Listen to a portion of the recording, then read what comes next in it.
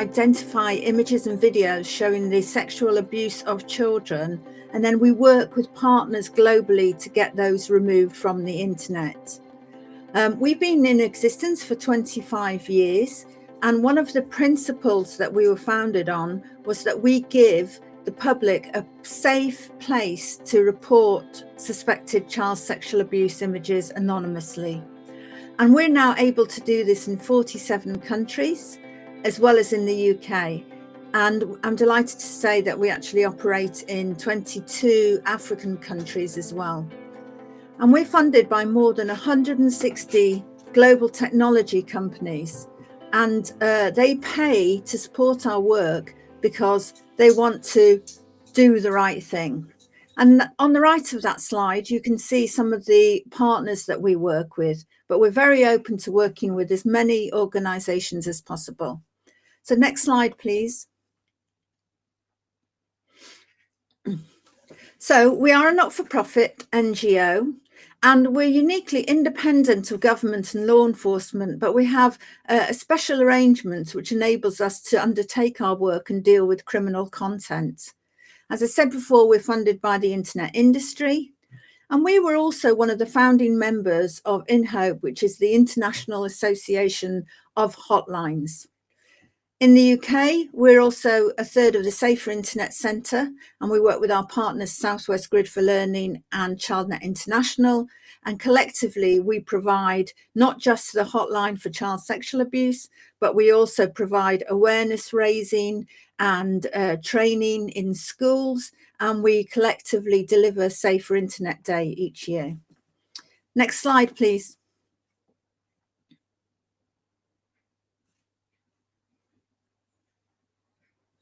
Sandrine, could you move it on? Thank you. Those are our members. So just to let you know who funds us. So some of the biggest companies in the world, Amazon, Apple, Google, Facebook, Microsoft. We have MTN. We have a number of international companies that operate across Africa. We have Safaricom, and we have a number of international global organizations who deploy our services across all their territories. Next slide, please.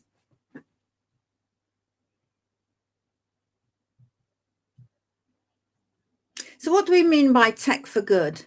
So the really downside of the internet is, as you will have been discussing over the course of this conference, is that, of course, the internet is a wonderful thing, and it's an empowering and enabling resource for people. But at the same time, there's this really dark side. And one of the darkest sides is actually the sharing and distribution of images and videos of children who had been sexually abused. And so that's why it's really essential that we stay one step ahead of the perpetrators and the bad guys and make sure that we are working with the internet industry to use technology in a fundamentally good way.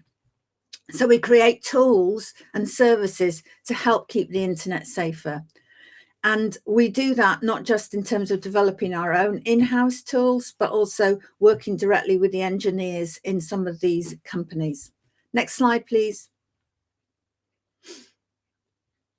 So we have 161 members, as I said before, from small companies right through to big companies, and we provide them with a whole range of technical tools to help them disrupt the distribution of online child sexual abuse. And some of those tools, to give you, don't worry, I won't go through all of these, but some of those tools are that we have a URL list, a blocking list of live web pages of child sexual abuse. And every time we find a web page of sexual abuse, we work with a country to get that content removed. And until it's removed, we actually put it on our blocking list. And typically we will have between sort of 7,000 to 10,000 live URLs every day on our blocking list, which is cleaned twice a day. And that goes out across the world. It's deployed across the world by many of the big industry companies.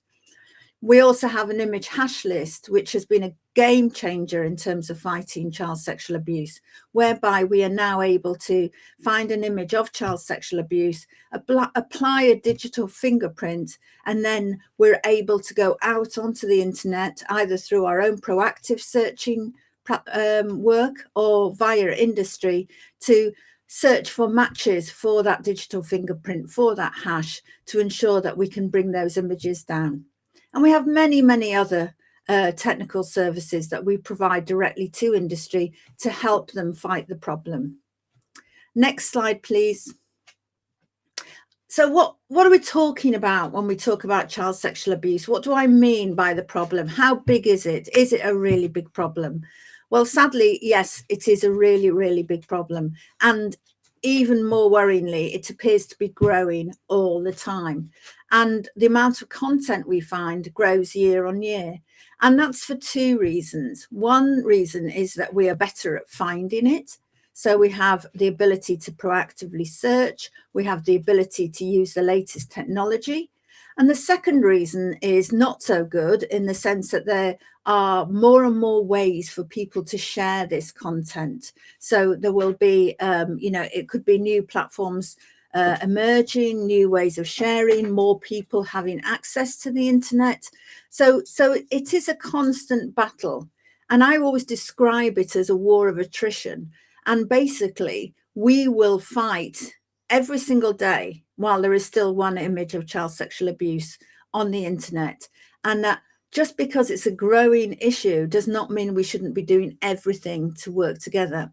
And fighting child sexual abuse is a global issue. You cannot do it by one country alone because of the internet being a global resource. So that partnership that I talked about, that fact that we work with law enforcement, that we work with governments, that we work with industry, that has to happen on a global level. So let me give you some insight into the numbers that we saw last year. So next slide, please, Sandrine. Okay, so these are our headline figures for 2020. So in 2020, we assessed a web page every 2 minutes, and every 3 minutes we found a web page showing a child being sexually abused. We assessed just under 300,000 reports, and that was an increase from 2019. And of these, 153,383 web pages were confirmed as child sexual abuse imagery. And that's again up 16% from the year before. Now, bear in mind that every single web page that we remove could have 1 or 100 or even thousands of images and videos of children being sexually abused.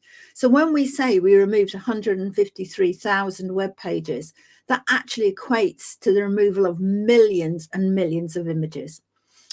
One of the most shocking statistics, which I'll talk a little bit about later, is that we have seen an astronomical rise in what we describe as self-generated content. So self-generated content is content where children have been either are willingly sharing nude images and videos of themselves, or have been tricked or coerced or blackmailed into sharing that. And I'll talk a little bit more about that and why that's become such a big problem.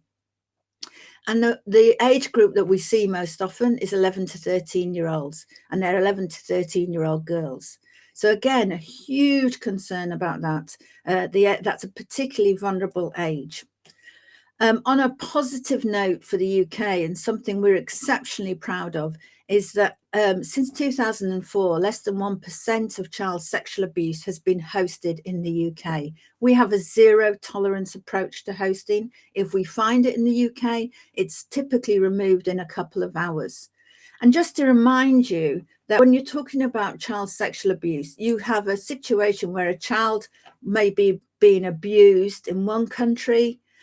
That content is then being hosted in another country, and people are watching it in many, many other countries. So you have to deal with this on a number of different levels. So, for the IWF, our job is to go after where it's hosted and get it removed. When you think that 0.1% of what we removed last year was hosted in the UK, 77% of what we removed was hosted in the Netherlands. So, that would be a massive difference if the Netherlands were able to remove all of that content. And this shows that how important it is that we work together globally. So we are working closely with the Netherlands, who are trying to resolve this, and we need to work with companies and countries across the world on lots of levels. Next slide, please.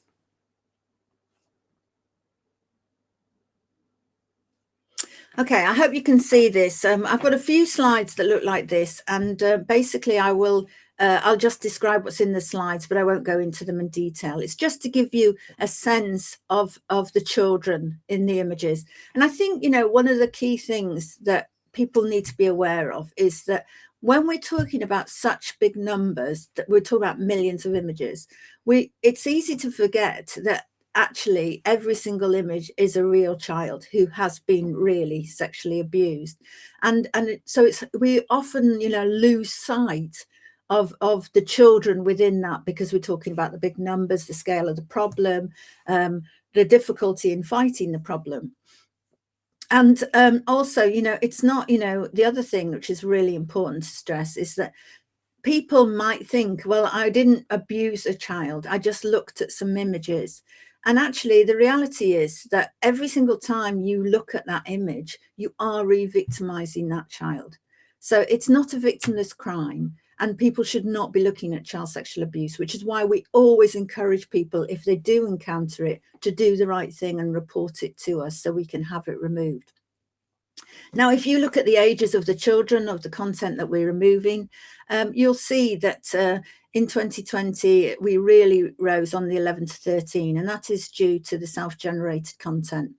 And the green band at the end is the age of 0 to 2.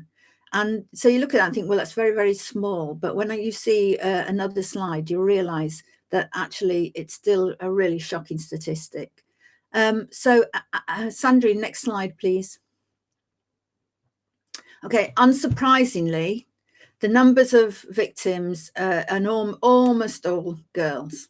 That does not mean that boys are not sexually abused, and we must not overlook that fact, because boys are abused and boys need the same protections as girls. But certainly in relation to the content that we see, we are talking about girls in the main. Next slide, please, Sandrine. Now, when I mentioned before that the numbers of 1 to 2 year olds are quite small comparatively, that is true. But let me share this slide with you, because in the UK, we categorise images of child sexual abuse A, B, and C according to the severity of that abuse. A is the very worst level of abuse, and C is the least bad, but it's still pretty awful. And we then assess all of those images. And one of the things that we find really shocking when we see all these images is that the younger the child, the worse the level of abuse. So if you look at, this is an analysis of all our hashes. So we have around 600,000 unique hashes at the moment of child sexual abuse. And if you look at that, you know, you can see that the majority of abuse against 1 to 2 year olds was category A and B, which is the very worst level of abuse. So you have this situation where on child sexual abuse, where you have really young children being abused, right through to 16, 17 year olds who might have shared an image of themselves without thinking about it. And clearly you have to find different ways to counter that and help the older children to kind of build their own resilience and protect themselves. But at the other end of the spectrum, clearly a 1 to 2 year old is not able to protect themselves, and they are absolutely you know, victims. All of them are victims, but actually babies and toddlers are particularly vulnerable. Can we move to the next slide, please, Sandrine? Okay, so let me just return briefly to self-generated child sexual abuse, because this is something we have been seeing increasingly over the last few years. And when we first started seeing child sexual abuse, self-generated sexual abuse, people were very sort of confounded by it. They didn't really understand. And we were funded by Microsoft to do a number of years of research into this. And in 2020, 44% of all the content we removed contained self-generated imagery. And of those, the majority were 11 to 13-year-old girls. Now, this is imagery and videos where children are in the main in bedrooms and domestic settings, and they have a laptop or a tablet or a phone and an internet connection, and they are clearly being coerced and tricked into performing sexual activities. And often we will hear people in the background who are unaware that this is happening to them. And, so what's clear to us is that children need age-appropriate supervision when they're in their bedrooms. And just because they're in the house doesn't mean they're necessarily safe. So we need to get the message out to parents, carers, responsible adults about ensuring that children are kept safe online. And at the same time, we also need to educate the children to make sure that they understand the risks, and that whatever happens, we have to be absolutely clear that these children are victims and need to be supported and must not be blamed if they have shared or engaged in sexual activities online, because they are very, very vulnerable. So we launched 2 campaigns to deal with this.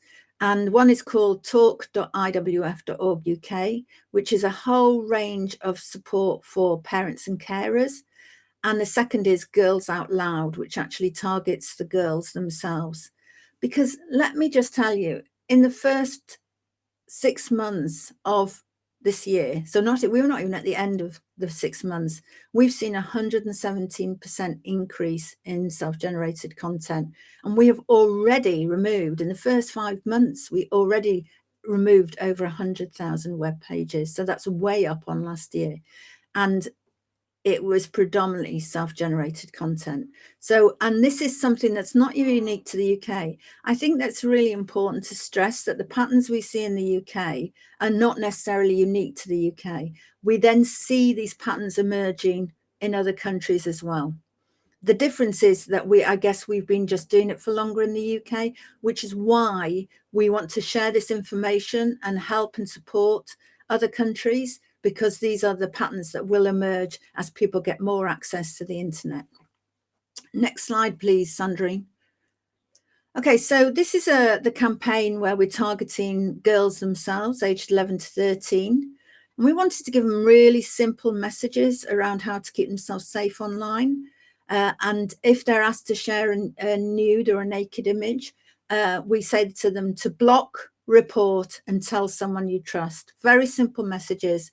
It's a campaign that's gone out across the UK and is on social media as well as other platforms. And it's actually hopefully been extended into other countries. And it's caught the attention of a lot of people from other countries because they are trying to deal with the issue themselves. Next slide, Sandrine.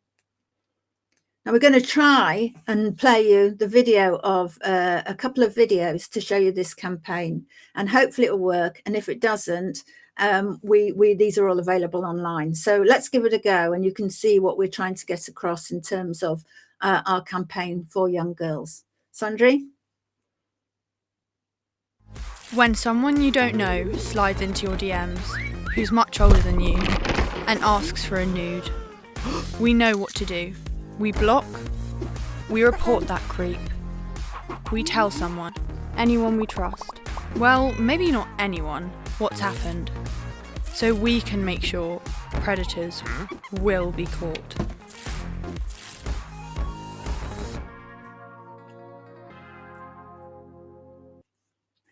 Thank you, Sandrine. And then if you move to the next slide.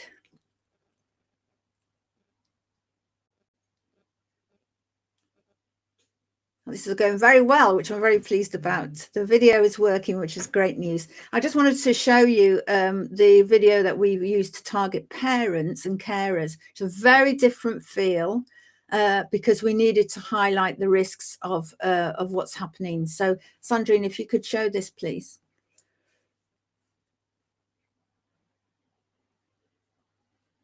Ooh.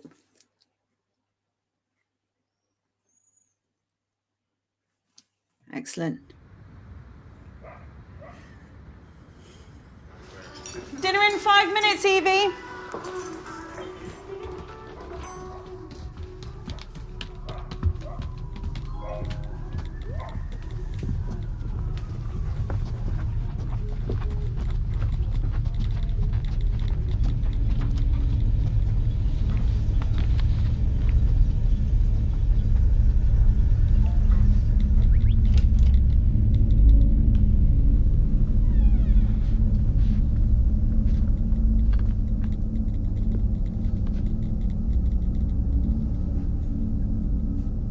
Don't be shy.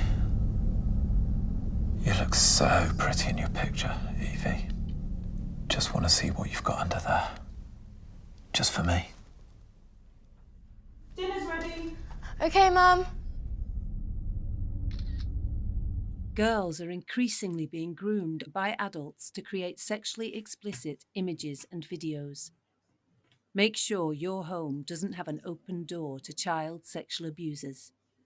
Talk to your child. Agree boundaries and set device controls together. Visit talk.iwf.org.uk for guidance.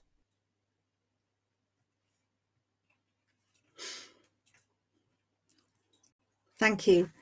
We'll just return now to the presentation. Okay, so we're going to talk a little bit before I finish about our reporting portals and our international work, because I hope this will be of particular interest to you.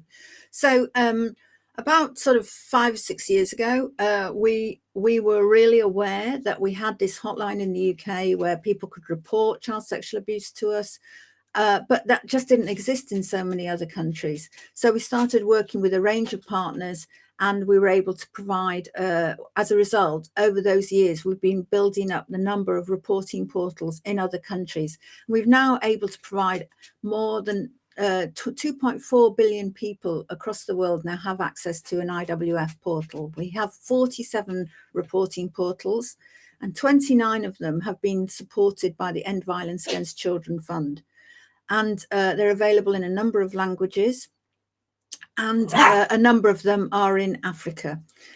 So we are really proud of the partnerships we've developed across Africa and with people in other countries, where we work with a local host who hosts a local page. It's very much locally branded, and then people are encouraged to report to that portal, and the report comes back to us in the UK, where we assess that report and then we take action if it's child sexual abuse image or video. We've just completed a very successful campaign to raise awareness of our portals in Zambia and Uganda, and that was supported by MTN and Facebook and the UK Home Office.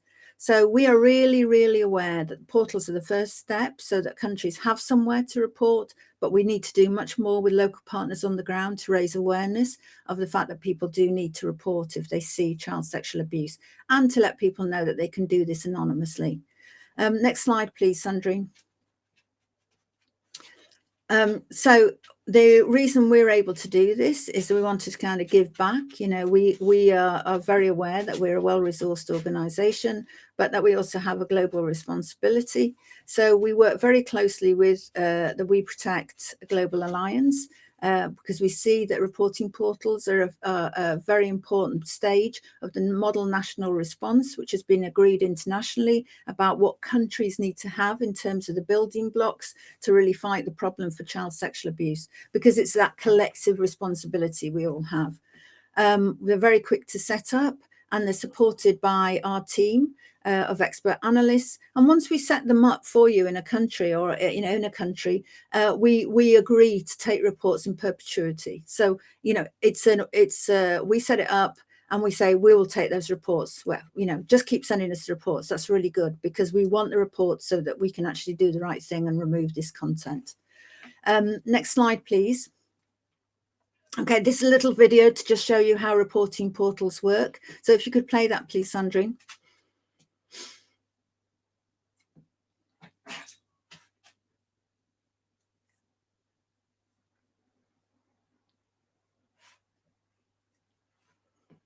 Here we go. No matter what country you are in, Online child sexual abuse imagery or child pornography is a very real problem, and the challenges that go with tackling it are far-reaching. Stopping access to child pornography doesn't just stop at creating the right mechanisms for reporting. It requires the right people working together. At the Internet Watch Foundation, we bring together governments, law enforcement, the online industry, and civil society to do what's needed to eliminate images of child sexual abuse from the internet. We work with you to create a customized IWF portal for your country, where anyone can report child pornography.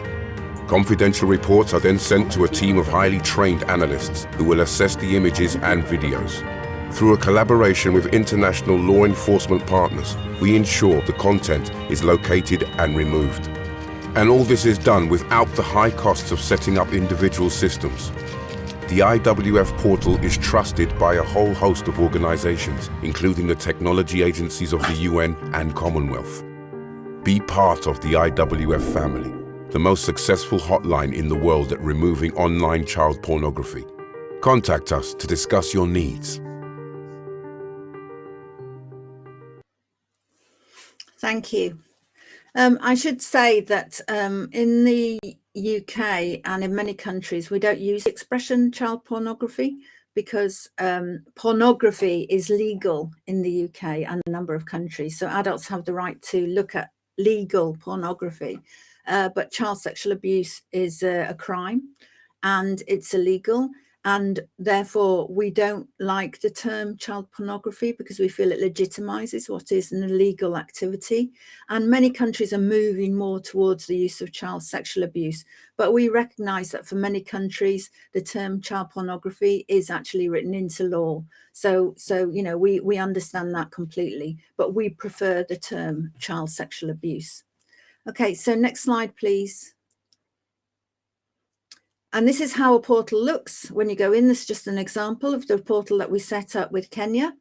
So it's kind of a joint page. They sometimes look quite different, but it's a really easy page that's signposted where people can go in and click and make a report, and they get asked a number of simple questions and they send us the URL, and then we assess that report and take action accordingly. Next slide, please. What happens is when we assess a report is it comes into the IWF hotline. If it's not child sexual abuse, we don't take action on it. We do nothing with it.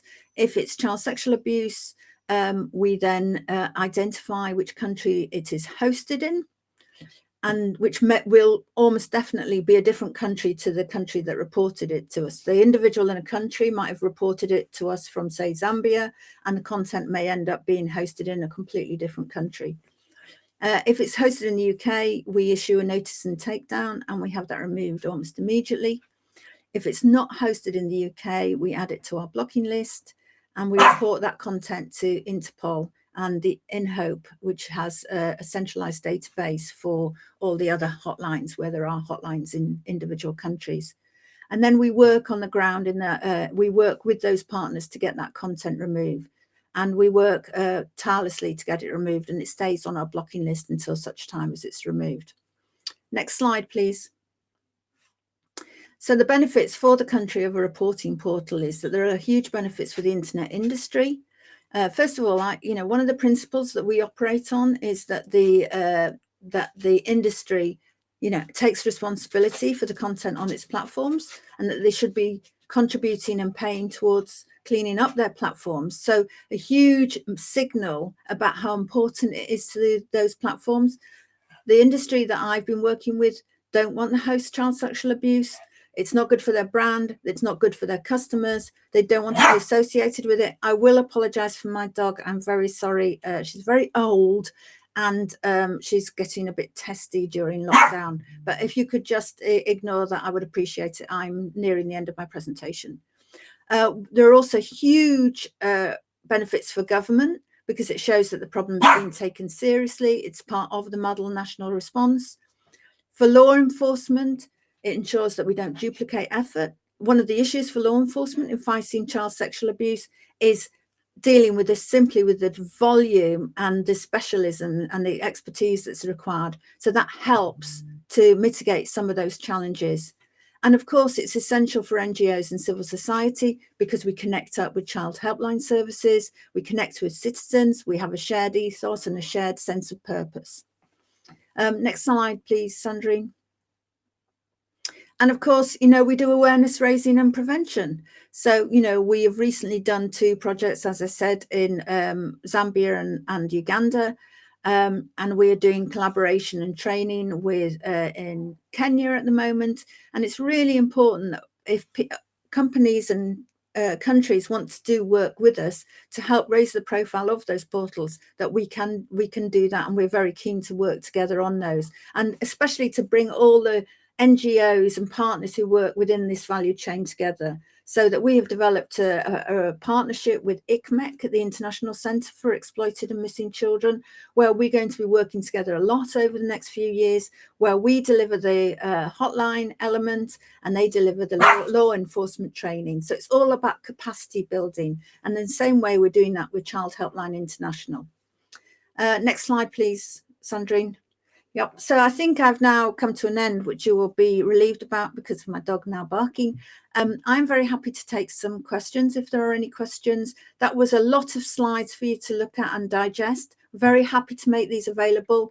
Very happy to talk to people about our work and keen to help where we can. So thank you very much. And I do thank you for this opportunity. It means a lot to us to have this platform. Thank you.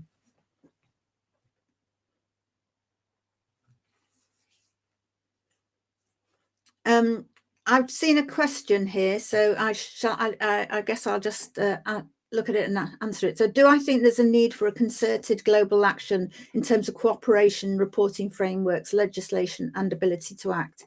Yes, I do. And actually we have one in the sense of the We Protect Global Alliance that was established probably about getting on for maybe 10 years, maybe even. And it was established as a response to the need to have a global response to the problem, because it didn't matter, how good one country was at dealing with it or how bad another one was or whatever. The truth is we all needed to deal with it together. So the We Protect Global Alliance was established, and it built this model national the model national response, which talks about these very clear building blocks. It's worth having a look at on their website, We Protect, and that will include, the legislation that needs to be in place, the law enforcement response, the industry response, the civil society response. And it's meant to be a template to help people to kind of make that move up the ladder. And so far, there are many countries involved in that. I think it's about 50 countries. There have been a number of world summits about it where we all get together. And it's, one of them was, the last one was held at the African Union in Addis Ababa, which I was very fortunate to attend. And the African Union has been very involved. They're on the board of We Protect. So I think it is a board with a huge international representation, and it's a genuine commitment to get all the different sectors to work together and provide some of those that global action. Kamal asks if we can share the videos. Yes, sure, we could very happy to share that. Sandrine, would we share that? We're sharing the presentation, but yes, we can do. And another question, do we follow up with countries for a good advertising of the portal locally? This is an issue for us, actually, is that because our contribution is that we supply the portal and we will take reports in perpetuity and we will work with you, all as much as we can. But when it comes down to the marketing and awareness raising in the country, that comes down to the responsibility of the country. And we recognise, though, that that's been quite hard to resource for many countries, which is why we were able to get additional funding via a Home Office fund to run a campaign in Zambia and Uganda to show what you can do if you do have mass advertising and you do promote the portal in those countries, because we need to drive traffic to the portals. And this is a long-term thing, because people need to feel that they're safe to report, that it is anonymous. They need to trust, it is anonymous. You can report on our our portals. You don't have to give us your details. You can, so it's totally anonymous service if you want to. If you want to give us your details, we'll tell you what happened to your report. But it is an anonymous service. But also we need to raise awareness of the fact that child sexual abuse is a crime. So I think we need to take the long-term approach to this and work together. But I think as it becomes, people become more aware of it as an issue in each country, then people will become more aware of the need to report it. So a long-term issue, but obviously we have partners on the ground who are trying to raise awareness of the issue as well. I think another question, and I guess someone will tell me when I have to stop, when the time's run out. So are there any new technologies like AI that can help trawl the web and report cases of objectionable material online? Another excellent question. So we use a range of technologies. So we use crawlers to crawl the web to find suspected child sexual abuse. One of the better known crawlers that's used in this field is Arachnid, which was developed by the Canadian Centre for Child Protection. We also share our hashes. So we have a hash sharing agreement. So as I said, we apply digital fingerprint to all our images, and we can then provide these hashes to industry to use to clean their platforms. But we also share them with NECMEC, which is the National Centre for Exploited and Missing Children in the US. And we also use them for our crawlers. We're all developing classifiers. So, looking at ways in which we can identify potential content, which we would then assess. The challenges for us around technology is that all our content that we take action on is moderated by a human being. So there is no technology that's 100% accurate. So everything is quality assured by us. So we have 2 analysts look at everything. And another issue for that is that, human beings don't necessarily move at the scale and the speed of technology. So, and they need to be protected because they're looking at some very, very difficult material. So we have to sort of wrap a massive welfare program around our analysts to ensure that they are safeguarded, that they are supported, that they have counselling, that they don't see too much of this content, although, they are doing it every single day. So, there are challenges around. One of the biggest challenges we have at the moment on technology is age verification. So we currently don't have age verification technology that's good enough to accurately age children, but it will get better. So, we're constantly talking to the tech companies, looking at it ourselves, trying to do everything we can to speed up the work that we do and remove more content. And it's all going in the right direction. But, I think that people think there is a sort of magic bullet solution in terms of tech, and there just isn't there yet. But we are getting there.